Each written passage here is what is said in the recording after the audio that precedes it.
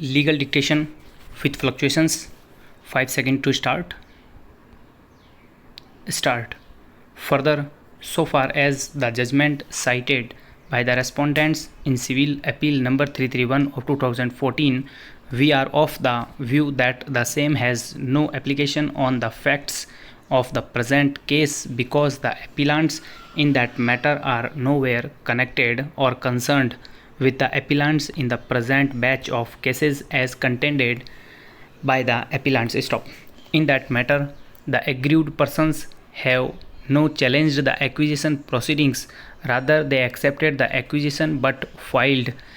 references for enhancement of compensation. The appellants therein have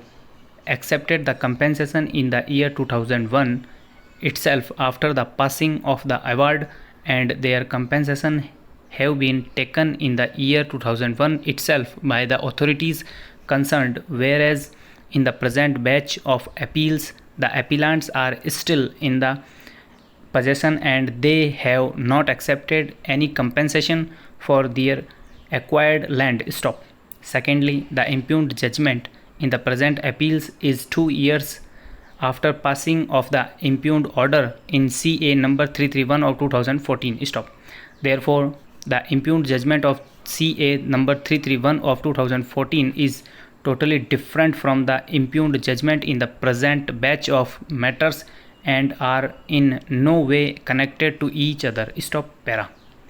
After referring to the aforesaid decisions with reference to the facts and circumstances of the case on hand, we are of the view that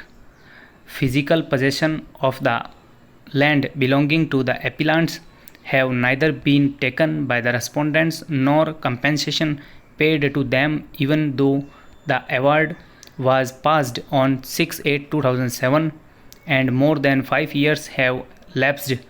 prior to date on which the Act of 2013 came into force. Therefore, the conditions mentioned in section 24(2) of the Act of 2013 are satisfied in the case for allowing the plea of the appellants that the land acquisition proceedings are deemed to have lapsed in terms of section 24(2) of the Act of 2013. The said legal principle laid down by this court in the case of Pune Municipal Corporation and other cases referred to supra with regard to the interpretation of section 24(2) of the Act of 2013 are applicable to the fact situation in respect of land covered in these appeals for granting the relief as prayed by the appellants in the applications. From the aforesaid decisions, the legal position that emerges is that when a repeal of an enactment is followed by a fresh legislation, such legislation does not affect the substantive rights of the parties on the date of suit or adjudication of suit unless such a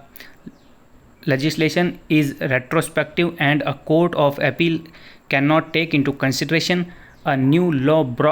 brought into existence after the judgment appealed from has been rendered, because the rights of the parties in an appeal are determined under the law in force on the date of suit. However, the position in law would be different in the matters which relate to procedural law, but so far as substantive rights of parties are concerned, they remain unaffected by the amendment in the enactment. Over.